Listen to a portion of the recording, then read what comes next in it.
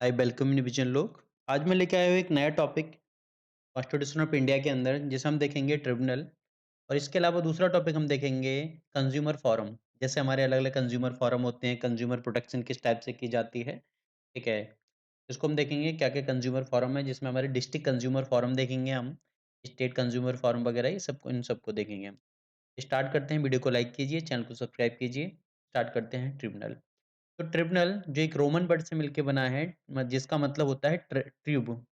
ठीक है, तो ये जो है एक्चुअल में हमारे ओरिजिनल कॉन्स्टिट्यूशन के अंदर ये कहीं मेंशन नहीं था। ठीक है, ओरिजिनल कॉन्स्टिट्यूशन में ये कहीं मेंशन नहीं था, लेकिन बाद में 1976 में 42 कॉन्स्टिट्यूशनल अमेंडमेंट एक्ट 1976 के थ्रू इसको ऐड किया गया कॉन्स्टिट्यूशन में, अंडर कॉन्स्टिट्यूशन का पार्ट 14 ए के अंदर। पार्ट 14 ए के अंदर इसको ऐड किया गया, जिसमें हमारे दो आर्टिकल आते हैं यहाँ पर। Article 323 A and article 323 B. दो आर्टिकल इसके अंदर ऐड किए गए 42 कॉन्स्टिट्यूशन अमेंडमेंट एक्ट के थ्रू। अब ट्रिब्यूनल होता क्या है? ट्रिब्यूनल एक बॉडी है जो काम करती है एक जुडिशियल सिस्टम की तरह, बट वो कंप्लीटली जुडिशियल सिस्टम नहीं है। उसका काम है किसी स्पेसिफिक टास्क को या स्पेसिफिक टाइप के केस, स्पेसिफिक टाइप के डिस्प्यूट को कंप्लीट करना। अब इसको बोला जाता है it is a quasi judicial system. मतलब ये प्योरली जुडिशियल सिस्टम नहीं है, जैसे हमारे एक नॉर्मल कोर्ट स्ट्रक्चर होता है। ये क्वासी जुडिशियल सिस्टम है। ठीक है, इसको सेटअप किया गया है रिजॉल्विंग स्पेसिफिक डिस्प्यूट। अब स्पेसिफिक डिस्प्यूट ऐसे हो सकते हैं जिससे गवर्नमेंट, जिसे पार्लियामेंट या स्टेट लेजिस्लेचर डिसाइड कर सकता है कि इसके लिए हमको हमको ट्रिब्यूनल बनाना है। ठीक, तो कॉन्स्टिट्यूशन के अकॉर्डिंग मेंशन है। कॉन्स्टिट्यूशन के हमारे ये पार्ट 14 ए के अंदर आता है। इसके थ्रू हम स्पेसिफिक डिस्प्यूट। अब ये ट्रिब्यूनल हमारा प्रोवाइड करता है, एक प्लेटफॉर्म प्रोवाइड करता है, ताकि जल्दी से जल्दी हमारा faster adjudication as compared to traditional court. क्योंकि ट्रेडिशनल कोर्ट में हम जाते हैं तो टाइम लगता है, हमें पैसा ज़्यादा खर्च करना पड़ता है, बार बार लंबी लंबी तारीख पड़ती है, बार बार तारीख पे जाना, वहाँ पे बहस करना, ये सारा सिस्टम होता है। इसलिए ट्रिब्यूनल रखे जाते हैं ताकि जल्दी से जल्दी उस स्पेसिफिक केस की सुनवाई हो सके। हर ट्रिब्यूनल एक स्पेसिफिक केस के लिए डील करता है, क्योंकि जो ट्रेडिशनल कोर्ट होते हैं, कोर्ट में हर टाइप का केस जाता है। अब जज को उस फील्ड की नॉलेज है या नहीं, उससे फ़र्क नहीं पड़ता, लेकिन वो हर टाइप का केस कोर्ट के अंदर जाएगा ही। लेकिन ट्रिब्यूनल बनाए जाते हैं स्पेसिफिक मैटर के लिए, स्पेसिफिक सब्जेक्ट के लिए। ठीक है? तो उनके एक्सपर्टीज़ वहाँ पर होते हैं अवेलेबल। ठीक है? तो वो एक्सपर्टीज़ उस चीज़ को देखते हैं, उनके पास उस चीज़ की एक्सपर्टीज़ होती है, उसके भी यहाँ पर क्या प्रोवाइड करते हैं, फास्टर डिसीजन यहाँ पे हमारे प्रोवाइड होते हैं। ठीक है? जैसे में इसमें expertise on certain subject matter. ठीक है? और ट्रिब्यूनल जो क्रिएट किए जाते हैं, या तो हमारा हाई कोर्ट का सब्स्टिट्यूट हो सकता है, ठीक है? या हाई कोर्ट के सबऑर्डिनेशन। मतलब कोई भी ट्रिब्यूनल बॉडी है, तो जैसे हमारे हमने कोर्ट स्ट्रक्चर में बताया था कि सबसे ऊपर हमारा सुप्रीम कोर्ट होता है, सुप्रीम कोर्ट के बाद में हाई कोर्ट होता है, उसके बाद में सबऑर्डिनेट कोर्ट होते हैं, जिसे हम डिस्ट्रिक्ट कोर्ट भी बोल देते हैं। तो कुछ जो है हाई कोर्ट के सबऑर्डिनेशन में ही रखे जाते हैं, हाई कोर्ट के सबऑर्डिनेशन में ही हमारे ट्रिब्यूनल होते हैं। लेकिन कुछ हमारे ट्रिब्यूनल सुप्रीम कोर्ट के अंडर, मतलब हाई कोर्ट के सब्सिडियरी होते हैं। या तो हम हाई कोर्ट चले जाएँ या फिर हम सुप्रीम कोर्ट चले जाएँ। ठीक है? वो हाई कोर्ट चले जाएँ या फिर इस ट्रिब्यूनल के पास चले जाएँ। तो दोनों के पास पावर आती है इसकी। हमारा डिस्ट्रिक्ट कोर्ट का सबऑर्डिनेट भी हो सकता है, मतलब किसी ट्रिब्यूनल की अपील हम हाई कोर्ट में भी कर सकते हैं। और कुछ ऐसे ट्रिब्यूनल भी होते हैं, जैसे हमारा एक हमारा आता है सिक्योरिटी ट्रिब्यूनल के नाम से आता है, उसकी हम अपील डायरेक्टली हाई कोर्ट में कर सकते हैं, वो सुप्रीम कोर्ट में कर सकते हैं उसकी अपील। तो ट्रिब्यूनल में हमारा काम किया कि जो वर्कलोड है, कोर्ट के ऊपर जो वर्कलोड था उसको रिड्यूस कर दिया, क्योंकि कोर्ट में केस बहुत लंबे चलते रहते हैं, कोर्ट के ऊपर बहुत ज़्यादा बर्डन बढ़ जाता है। तो उसके लिए अलग-अलग स्पेसिफिक मैटर के अकॉर्डिंग अलग-अलग टाइप के ट्रिब्यूनल बना दिए गए। उन ट्रिब्यूनल की हेल्प से ये हुआ कि लोगों ने कोर्ट में जाना कम किया, और कोर्ट की जगह जब देखा कि किसी पर्टिकुलर केस को, पर्टिकुलर मैटर का केस, जैसे कंज्यूमर का केस है, जैसे कंज्यूमर कोर्ट है, तो कंज्यूमर का अलग हमारा कंज्यूमर टर्मिनल बना दिया हमने। ठीक है? केस के बारे हमने देखा एनवायरमेंटल रिलेटेड केस है, तो एनवायरमेंट रिलेटेड केस के लिए एनजीटी बना दी, नेशनल ग्रीन ट्रिब्यूनल। ठीक है? तो एनवायरमेंटल रिलेटेड केस जो है वो अब कोर्ट नहीं जाएँगे, अब सीधे एनजीटी के पास जाएँगे। तो एनजीटी उन सारे कोर्ट को केस को हैंडल करेगा, इसके एनवायरमेंटल रिलेटेड केस को। ठीक है? या फिर इसने हमने रेवेन्यू के मैटर में या इनकम टैक्स के रिलेटेड टर्मिनल बना दिए, तो बार-बार हमें कोर्ट की तरफ नहीं जाना पड़ा। इसकी वजह से क्या हुआ, कोर्ट के ऊपर वर्कलोड कम हुआ। ठीक है? और उसकी वजह से क्या हुआ, इन टर्मिनल के पास स्पेसिफिक, जैसे एनजीटी की बात करूँ, इसके पास सिर्फ़ और सिर्फ़ एनवायरनमेंटल रिलेटेड केस होंगे। तो इस ट्रिब्यूनल को इसमें एक्सपर्टीज़ हासिल हो जाएगी, ठीक है? इनकम टैक्स वाला ट्रिब्यूनल है उसमें उसको एक्सपर्टीज़ हासिल होगी, तो उसके बिहाफ़ पर ये जल्दी से जल्दी केस को हैंडल कर सकते हैं, ठीक है? तो इसकी वजह से क्या होगा, हमारा फास्टर डिसीज़न यहाँ पे हमें मिल जाएगा और कोर्ट के ऊपर जो वर्कलोड है, वो हमारा कम हो जाएगा। तो यहाँ पर भी हमारे लॉयर वगैरह प्रोवाइड किए जाते हैं, एक्सपर्टीज़ होते हैं, ठीक है? जो भी इनका एरिया आता है उसके जुरिडिक्शन के अकॉर्डिंग। अब हम ट्रिब्यूनल के देखते हैं, क्या इसकी कॉन्स्टिट्यूशनल वैलिडिटी। तो यहाँ पर आर्टिकल हमारे 14 ए के अंदर आर्टिकल आते हैं, आर्टिकल 323 ए। तो ये डील करता है एडमिनिस्ट्रेटिव ट्रिब्यूनल से, ठीक है? और पब्लिक सर्विस, इसका काम होता है resolve the dispute related the requirement and service condition of person engage in public service. एक पर्सन जो पब्लिक सर्विस में एंगेज है, उसके लिए किस टाइप से हम उसके डिस्प्यूट को रिज़ॉल्व करने के लिए बॉडी बनाएँगे, किस टाइप से वो हमारे होते हैं एडमिनिस्ट्रेटिव ट्रिब्यूनल। तो ये एडमिनिस्ट्रेटिव ट्रिब्यूनल आते हैं अकॉर्डिंग टू आर्टिकल 323 ए के अंदर। जैसे गवर्नमेंट ने 1985 में एडमिनिस्ट्रेटिव ट्रिब्यूनल एक्ट बनाया था, जिसके थ्रू गवर्नमेंट ने 3 एजेंसी बनाई, जिसमें एक सेंट्रल एडमिनिस्ट्रेटिव ट्रिब्यूनल आता है, इसके बाद में स्टेट एडमिनिस्ट्रेटिव ट्रिब्यूनल आता है और इसके बाद में एक जॉइंट एडमिनिस्ट्रेटिव ट्रिब्यूनल आता है। इस टाइप से हमारे ट्रिब्यूनल आते हैं। इसके अलावा आर्टिकल 323 के अंदर हमारा बी के अंदर आता है अदर टाइप के ट्रिब्यूनल। तो जो एडमिनिस्ट्रेटिव ट्रिब्यूनल थे, इसके अलावा जितने भी मैटर हैं हमारे, वो अकॉर्डिंग टू आर्टिकल 323 के थ्रू डील किए जाएँगे। ठीक है? इसमें हमारे आते हैं अदर मैटर के लिए होता है। इसमें पार्लियामेंट या स्टेट लेजिस्लेटर कानून बना सकता है कि किस टाइप के ट्रिब्यूनल बनाने हैं। ठीक है? तो जिस टाइप के ट्रिब्यूनल है, जैसे मैं बात करूँ डिस्प्यूट रिलेटेड, टैक्सेशन से रिलेटेड, फॉरेन एक्सचेंज से रिलेटेड, एक्सपोर्ट इम्पोर्ट से, इंडस्ट्री और लेबर से रिलेटेड, लैंड रिफॉर्म है, election to parliament, state legislature, इसके लिए ट्रिब्यूनल बना दिया, किसी भी टाइप का डिस्प्यूट है तो वहाँ जाओ। रेंट के रिलेटेड कोई ट्रिब्यूनल बना दिया। तो कुछ ही हमारे मेन मेन इंपोर्टेंट ट्रिब्यूनल आते हैं, जैसे सेंट्रल एडमिनिस्ट्रेटिव ट्रिब्यूनल हो गया, स्टेट एडमिनिस्ट्रेटिव ट्रिब्यूनल हो गया, national company law appellate tribunal हो गया, मतलब कंपनी रिलेटेड जितने भी हमारे केस आएँगे वो इस ट्रिब्यूनल के पास जाएँगे। अगला हमारा इनकम टैक्स ट्रिब्यूनल हो गया, सिक्योरिटी अपीलेट ट्रिब्यूनल हो गया, नेशनल ग्रीन ट्रिब्यूनल हो गया। तो ये हमारे अदर अदर टाइप के ट्रिब्यूनल आते हैं। तो बेसिकली बस यही है कि ट्रिब्यूनल हमारे काम करते हैं जो कोर्ट, जो हमारे कोर्ट स्ट्रक्चर से बाहर, मतलब कोर्ट के ऊपर बर्डन ना हो उसके स्पेसिफिक मैटर को डील करने के लिए हमने ट्रिब्यूनल बना दिए। बस यही है हमारे ट्रिब्यूनल। इसी टाइप से हम अगला देखेंगे कंज्यूमर। तो कंज्यूमर प्रोटेक्शन एक्ट, तो ये हमारा आया था 2013 में, कंज्यूमर प्रोटेक्शन एक्ट। इसमें हम डिस्ट्रिक्ट कंज्यूमर फोरम वगैरह देखेंगे, क्या-क्या डिस्ट्रिक्ट कंज्यूमर फोरम होती हैं, कैसे काम करती है। तो कंज्यूमर प्रोटेक्शन एक्ट लाया गया था कंज्यूमर को प्रोटेक्ट करने के लिए। जो हम कोई सामान खरीदते हैं, ठीक है? हम कोई सामान खरीद रहे हैं, उस सामान को खरीदने के बाद हमें पता चलता है कि उस सामान में कुछ प्रॉब्लम थी, कंपनी ने हमारा बेवकूफ़ काट दिया, ठीक है? तो हम क्या करेंगे? हम उस कंपनी के खिलाफ कंज्यूमर प्रोटेक्शन एक्ट के अंदर ट्रिब्यूनल के पास जा सकते हैं, ठीक है? जो भी यहाँ पे ट्रिब्यूनल या जो भी यहाँ पे काउंसिल या कमीशन बनाया गया होगा, ठीक है? उसके पास जा सकते हैं। ये हमारे कंज्यूमर कोर्ट वगैरह होते हैं। तो वो हमें क्या होते हैं? जस्टिस प्रोवाइड करते हैं।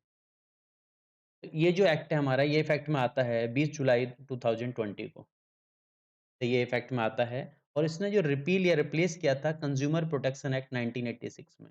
1986 वाले जो कंज्यूमर प्रोटेक्शन एक्ट था, वो उस टाइम के अकॉर्डिंग था, लेकिन बाद बदलते ज़माने में ई-कॉमर्स हमारा स्टार्ट हुआ, ऑनलाइन शॉपिंग होने लगी, तो उसके अकॉर्डिंग, ठीक है? या फिर जो-जो प्रॉब्लम हमें दिखाई दे रही थी उसको हमने इसमें कंज्यूमर प्रोटेक्शन एक्ट 2019 में इस चीज़ को सेटल करने की कोशिश की गई है। और इसके अंदर हमारे टोटल 8 चैप्टर आते हैं, 8 चैप्टर और 107 सेक्शन आते हैं इसमें। 107 सेक्शन, 8 चैप्टर 107 सेक्शन में ये हमारा कंज्यूमर प्रोटेक्शन एक्ट डिवाइड है। अब यहाँ पर कंज्यूमर बताया गया, कंज्यूमर कौन है? कंज्यूमर बोला गया है कि वो पर्सन जो किसी भी प्रोडक्ट के, किसी भी टाइप की किसी भी सर्विस को या तो यूज़ कर रहा है या फिर कोई भी गुड्स खरीदता है अपनी सेल्फ यूज़ के लिए, वो हमारा कंज़्यूमर है। हम ऐसे नहीं बोल सकते कि हमने किसी, जैसे रीसेलर है, ठीक है? किसी ने कोई भी सामान किसी कंपनी से खरीदा और दूसरे पर्सन को बेच दिया। तो जो मीडिएटर पर्सन है, मीडिएटर यहाँ पर कंज़्यूमर नहीं होगा। कंज़्यूमर वो होगा जो एंड यूज़र है, जो उस प्रोडक्ट को या उस सर्विस को यूज़ कर रहा है, ठीक है? फाइनल यूज़ कर रहा है, दैट इज़ द कंज़्यूमर। ठीक है? तो ये एक्ट प्रोवाइड करता है safety to consumer regard the defective product, dissatisfactory service या अनफेयर ट्रेड प्रैक्टिस, इसके लिए इनको सेफ्टी प्रोवाइड करता है। तो यहाँ पे हम देखेंगे जो हमारा ये है, इसके लिए हम देखते हैं कि स्टेबल अथॉरिटी बनाई गई है कि टाइमली एंड इफेक्टिव एडमिनिस्ट्रेशन के लिए, ताकि जो कंज्यूमर के डिस्प्यूट है उनको हम इजीली सॉल्व कर सकें। ठीक है? और इस एक्ट की एक खास बात और आती है, सबने सुना होगा कि इस एक्ट के अंदर बोल दिया गया कि कोई भी ई-कॉमर्स कंपनियाँ हैं, ई-कॉमर्स कंपनियाँ जैसे हमारी अमेज़न है या फिर हम फ्लिपकार्ट है, तो सबने देखा होगा कि फ्लिपकार्ट या अमेज़न में अब जो है साथ में जैसे हमने किसी प्रोडक्ट को देखा, तो प्रोडक्ट की डिस्क्रिप्शन में ये चीज़ भी दिखाता है कंट्री ऑफ ओरिजिन। कि वो जो प्रोडक्ट है वो किस कंट्री का है, किस कंट्री में ओरिजिनेट हुआ है, किस कंट्री में वो जो प्रोडक्ट बना है, वो भी साथ-साथ में इस चीज़ को दिखाता है, ठीक? Country of origin. तो ये जो हमारा कंज्यूमर प्रोटेक्शन एक्ट है 2019, ये इसी के अंदर ये प्रोविज़न लेके आए थे कि मैंडेटरी कर दिया गया था हर ई-कॉमर्स कंपनी के लिए कि आप जब कोई भी प्रोडक्ट बेच रहे हो, तो उस प्रोडक्ट का कंट्री ऑफ ओरिजिन मतलब वो प्रोडक्ट कहाँ पर बना है, उसको बताना ज़रूरी है। ठीक, ताकि कंज्यूमर कंट्री स्पेसिफिक जैसे हमने बोला कि हमें चाइना के सामान नहीं खरीदने, ठीक है? तो हम उसमें देख सकते हैं कंट्री ऑफ ओरिजिन हम उस प्रोडक्ट का देखेंगे, अगर चाइना है तो हम उस सामान को स्किप कर देंगे, हम कोई और प्रोडक्ट खरीदेंगे। तो इस टाइप से जो चीज़ें हमारी आती हैं, ये हमारी मेंशन की गई हैं कंज्यूमर प्रोटेक्शन एक्ट 2019 के अंदर। इसके अंदर एक चीज़ और आती है, कंज्यूमर यहाँ पर क्या है, कोई भी कंप्लेंट फाइल कर सकता है या फिर ई-कंप्लेंट, दोनों ऑप्शन है यहाँ पर। कंज्यूमर हमारा कंप्लेंट फाइल कर सकता है या ई कंप्लेंट फाइल कर सकता है, ठीक है? विद द जुडिक्शनल कंज्यूमर फोरम, मतलब जो उसके इलाके में कंज्यूमर फोरम आता है, जो उसके जुडिक्शन के अंडर जो कंज्यूमर फोरम आता है, वहाँ पर इस चीज़ को कंप्लेंट अपनी फाइल कर सकता है, ठीक है? अब वो कहाँ पर फाइल कर सकता है? वो कर सकता है अपने रेज़िडेंस पे या फिर वर्क प्लेस पर, without hiring a lawyer to represent the case. यहाँ पर लॉयर को हायर करने की कोई ज़रूरत नहीं होती, वो डायरेक्टली कंज्यूमर फोरम में जाके अपनी कंप्लेंट फाइल कर सकता है या ई कंप्लेंट डाल सकता है। उसके अकॉर्डिंग उसको डिसीज़न मिल जाएगा। इससे पहले कंपनियाँ क्या करती थी? इससे पहले कंपनियों ने लोगों का बेवकूफ़ बनाने का तरीका निकाला था। जैसे कंज्यूमर प्रोटेक्शन एक्ट 1986 पहले भी था। इसके अंदर एक प्रॉब्लम ये थी, जैसे हमने बोला कि पर्सन ए ने कोई प्रोडक्ट खरीद लिया। पर्सन ए दिल्ली में रहता है, ठीक है? पर्सन ए दिल्ली में रहता है। अब जिस कंपनी से प्रोडक्ट खरीदा है, उस कंपनी ने अपना जो राइट ऑफ़िस दिखा दिया। अपना मतलब जो जहाँ पर पर्सन को कंप्लेंट करनी है, जहाँ पर कंज़्यूमर रिलेटेड कंप्लेंट ली जाती हैं, वो उसने अपना जो ऑफ़िस है वो रख दिया लक्षद्वीप में, ठीक है? अब प्रोविज़न ये था कि अगर ए को किसी प्रोडक्ट के बाद जो दिल्ली में रह रहा है उसको किसी प्रोडक्ट के लिए कंप्लेंट करनी है, तो उसको रजिस्टर्ड ऑफ़िस जाना पड़ेगा, मतलब उसको लक्षद्वीप में या फिर कुछ कंपनियों ने नॉर्थ ईस्ट के स्टेट में रख दिया थी, मतलब जो दिल्ली का पर्सन वहाँ तक पहुँच ही नहीं पाए। इतनी ज़्यादा लॉन्ग डिस्टेंस पे, इतने ज़्यादा रिमोट एरिया में रजिस्टर्ड ऑफ़िस रख दिया जाता था, ताकि जो कंज़्यूमर है वो ईज़िली कंप्लेंट ना कर पाए किसी प्रोडक्ट की। इस चीज़ को इसमें टैकल किया गया था 2019 वाले में। तो यहाँ पर बोला गया है कि या तो कंप्लेंट कर सकता है, ई कंप्लेंट का भी ऑप्शन है। और कहाँ पर? मतलब अपने जहाँ पर उसका रेज़िडेंस है, जहाँ पर वो काम करता है, वहीं पर जो कंज़्यूमर फोरम है, वहीं पर कंप्लेंट कर सकता है। उसे जाने की ज़रूरत नहीं है कि कहीं भी भागने की ज़रूरत नहीं पड़ेगी उसे। अगला हम देखते हैं consumer protection council. Consumer protection act के अंदर 3 टाइप की काउंसलिंग बताई गई हैं। 3 टाइप की काउंसिल बताई गई हैं। यहाँ पर हमारी पहली आती है सेंट्रल कंज़्यूमर प्रोटेक्शन काउंसिल। इसका काम है render advice and promotion and protection of the consumer right. ठीक है? इन तीनों का यही सेम टू सेम काम आता है, लेकिन इनका जुरिडिक्शन अलग है। इसका जुरिडिक्शन सेंट्रल है, मतलब होल ऑफ द इंडिया, इसका होल ऑफ द स्टेट और इसका डिस्ट्रिक्ट लेवल पर, ठीक है? काम तीनों का वही आता है, to render advice and promotion of protection of the consumer consumers rights, ठीक है? उसको जो भी उनके राइट्स प्रोटेक्ट करने हैं, किस टाइप से कर सकते हैं, किस टाइप से राइट को प्रोटेक्ट करने के लिए हम प्रमोट कर सकते हैं, ये सब चीज़ है। सेंट्रल कंज्यूमर प्रोटेक्शन काउंसिल जो है, उसके लिए मेंशन किया गया है वो कि ईयर में, ठीक है? जब भी उसे ज़रूरत हो वो मिल सकती है, मीटिंग कर सकती है, कंज़्यूमर प्रोटेक्शन काउंसिल है, लेकिन एट लीस्ट एक टाइम तो 1 साल में मिलना ही होगा। मतलब 1 साल में 1 बार तो मिलेगी ही, वो पक्का है ये, ठीक है? लेकिन स्टेट कंज़्यूमर फोरम के लिए बोला गया है, इसको साल में 1 साल में 2 बार मिलना होगा, कम से कम। ज़्यादा से ज़्यादा कितनी भी मीटिंग कर सकते हैं, लेकिन काउंसिल जो है 1 साल में कम से कम 2 बार मिलेगी। इसी टाइप से हम डिस्ट्रिक्ट कंज्यूमर फोरम की बात करते हैं, डिस्ट्रिक्ट कंज्यूमर प्रोटेक्शन काउंसिल की बात करते हैं। तो ये जो स्टेबलाइज़ की गई है हर डिस्ट्रिक्ट के लिए। हर डिस्ट्रिक्ट के लिए अलग डिस्ट्रिक्ट कंज्यूमर प्रोटेक्शन काउंसिल होगी और ये भी कम से कम 1 साल के अंदर 2 बार मीटिंग होगी ही इसकी। ज़्यादा तो कर सकते हैं, लेकिन इससे कम नहीं कर सकते। ऐसा नहीं है कि मीटिंग नहीं कर रहे हैं, कोई मीटिंग ही नहीं हो रही काउंसिल की। ठीक है? तो काउंसिल के अंदर जब मीटिंग होगी तो उनका काम क्या होगा? एडवाइस करना promotion and protection of consumer right के ऊपर, कि कैसे हम कंज्यूमर के जो राइट हैं उनको प्रोटेक्ट कर सकते हैं या प्रमोट कर सकते हैं।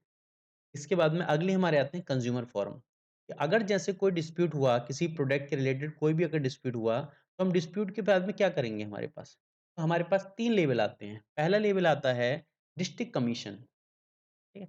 तो जिसे हम बोलते हैं डिस्ट्रिक्ट कंज्यूमर फोरम भी बोलते हैं इसको हम। District commission means district consumer forum. तो 3 टाइप के कंज्यूमर फोरम आते हैं जहाँ पर अपनी हम कंप्लेंट लेके जा सकते हैं कोई सी भी डिस्प्यूट को सेटल कराने के लिए। ठीक? तो पहला हम देखते हैं सबसे पहला डिस्ट्रिक्ट कमीशन या डिस्ट्रिक्ट कंज्यूमर फोरम बोलते हैं इसको। ठीक है? इसको एक्चुअल में जो नाम बोला जाता है इसका डिस्ट्रिक्ट कंज्यूमर डिस्प्यूट रिड्यूसल कमीशन इसको बोला जाता है पूरा नाम इसका। इस कमीशन के अंदर एक प्रेसिडेंट होगा और इसके साथ कुछ मेंबर होंगे, ठीक है? इसके साथ गवर्नमेंट के ऊपर है कि गवर्नमेंट कितने मेंबर डिसाइड करती है। स्टेट गवर्नमेंट इनको अपॉइंट करेगी, ठीक है? ये जो प्रेसिडेंट और मेंबर को स्टेट गवर्नमेंट के द्वारा अपॉइंट किया जाएगा, ठीक है? इसके अलावा यहाँ पर जो कंप्लेंट हो सकती है, वो कंप्लेंट हो सकती है कि जिसके अंदर कंपनसेशन की जो वैल्यू है, where value of goods and service paid as compensation less than 1 crore, मतलब 1 करोड़ से कम के जितने भी केस हैं वो हमारे जितने भी कंपनसेशन वाले केस हैं, वो हम डायरेक्टली लेके जाएँगे डिस्ट्रिक्ट कमीशन के पास या डिस्ट्रिक्ट कंज्यूमर फोरम के पास, ठीक है? इसके बाद में डिस्ट्रिक्ट कंज्यूमर फोरम के बाद में हम देखेंगे स्टेट कमीशन। स्टेट कमीशन को हम बोलते हैं स्टेट कंज्यूमर फोरम।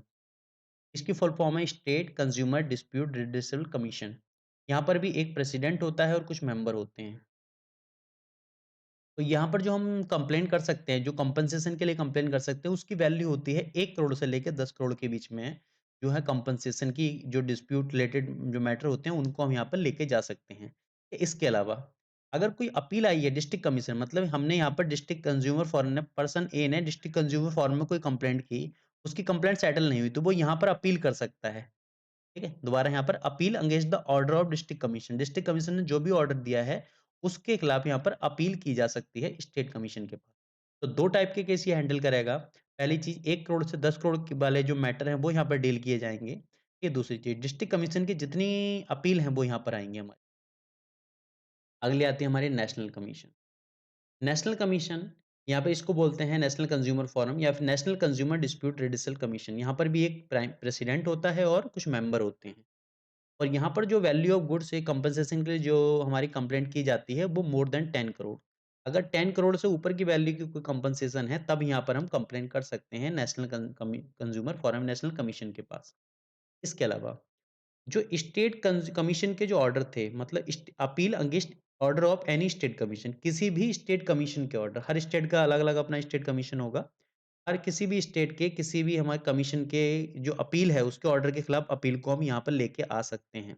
इसके अलावा जो सेंट्रल अथॉरिटी है सेंट्रल अथॉरिटी की किसी भी अपील को हम यहाँ पर लेके आ सकते हैं। ठीक है? तो यहाँ पर 3 टाइप के केस सुने जाते हैं। पहली 10 करोड़ वैल्यू से ऊपर हो, स्टेट कमीशन की कोई अपील हो या फिर सेंट्रल अथॉरिटी की कोई अपील हो। सेंट्रल अथॉरिटी क्या है हम अभी देखेंगे बाद में।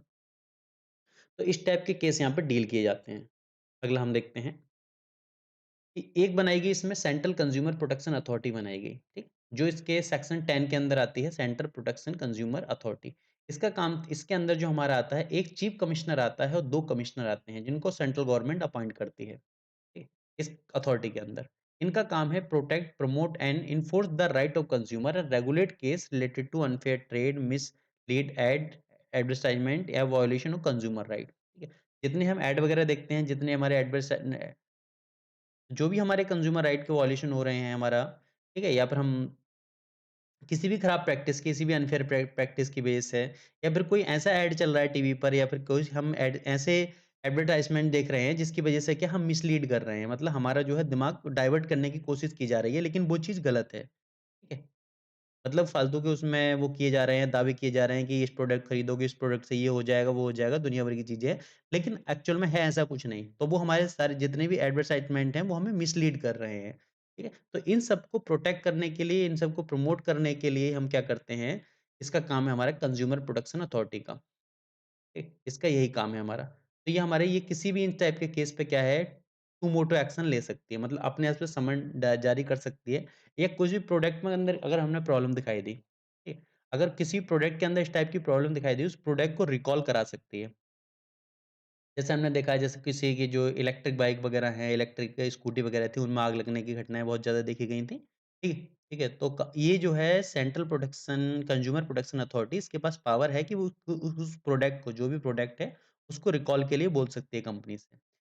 ठीक है? या फिर हमारे रिम्बर्समेंट के लिए बोल सकती है या फिर हमारे जो प्राइस ऑफ गुड्स हैं, कैंसल लाइसेंस है, अलग-अलग टाइप के उससे फाइन लगा सकती है।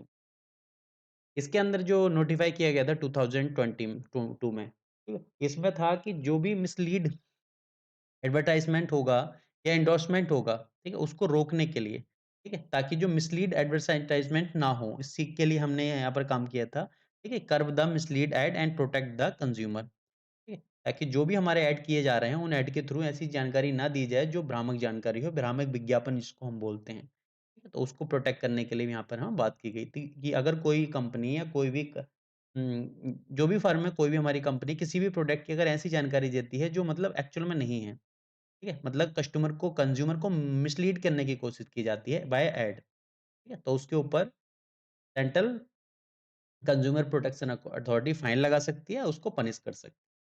तो ये पावर आती है हमारी सेंट्रल कंज्यूमर प्रोटेक्शन अथॉरिटी के पास। ये था हमारा डिस्ट्रिक्ट कंज्यूमर फोरम या फिर अलग-अलग टाइप के consumer forum, central consumer protection authority and consumer protection act 2019। Video को लाइक कीजिए, चैनल को सब्सक्राइब कीजिए। Thank you. Thank you.